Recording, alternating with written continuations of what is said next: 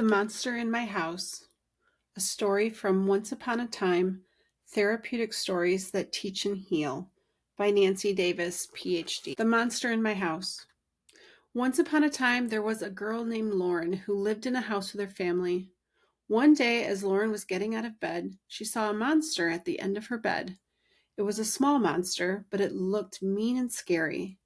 When the monster went grrr, grrr, Lauren ran to her mom crying, "There's a monster in my room." "Don't be silly," her mother replied. "There's no such thing as monsters. Monsters only exist in storybooks." The monster continued to sit on Lauren's bed as she got dressed for school. Lauren was so scared that she got dressed quickly and buttoned her sweater wrong and put her pants on backwards. Then she ran downstairs to eat breakfast.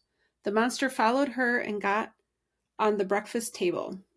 Lauren knew that no one in the house was allowed to sit up on the table, not even the cat. So she yelled to her mom again, "Mom, there's a monster on the table." "Don't be silly," her mom replied again. "Quit pretending. There's no monster on the table." The monster smiled and seemed to grow bigger with the words of Lauren's mom. When Lauren was trying to eat her cereal, the monster grabbed the bowl from her and ate it. This caused the monster to grow even bigger. "Quit eating my breakfast," Lauren yelled. Her mom looked around and asked Lauren, "Who are you talking to?" "I'm talking to the monster," Lauren replied. Hearing Lauren talk about the monster again made her mother very angry. Pointing her finger at Lauren, she yelled, "I don't want you to ever say anything about a monster again. There's no such thing as monsters. What's wrong with you talking about monsters?" As she was running to catch the bus, Lauren looked back at the monster and noticed that it was smiling again. It wasn't a nice smile. It was the kind of smile a brother smiles when he tells on you and gets you in trouble. That afternoon, when school was over, Lauren walked to the front door, hoping the monster would be gone. But to her dismay, there it was, sitting in her favorite chair playing with her toys. The monster was even bigger than it had been in the morning. She started to tell her mother about the monster again, but then she remembered that her mother didn't want to know. That night, when Lauren went to bed, the monster had her so scared that she had problems sleeping. She had nightmares about the monster all night and wet the bed because the monster was so scary. When Lauren woke the next day, the monster was even bigger. She didn't say anything to her mom, even though she wanted to, because it was clear that her mom didn't want to hear anything else about the monster. She tried to see things as her mother did, mumbling to herself, "Maybe I'm just imagining this. Maybe there really isn't a monster." But Lauren kept seeing the monster and it kept stealing her food. Lauren was afraid all the time.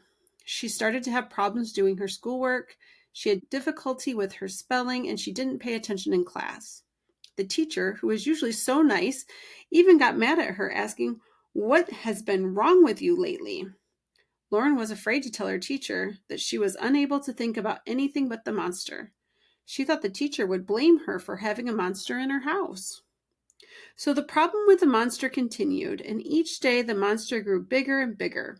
It scared Lauren more and more.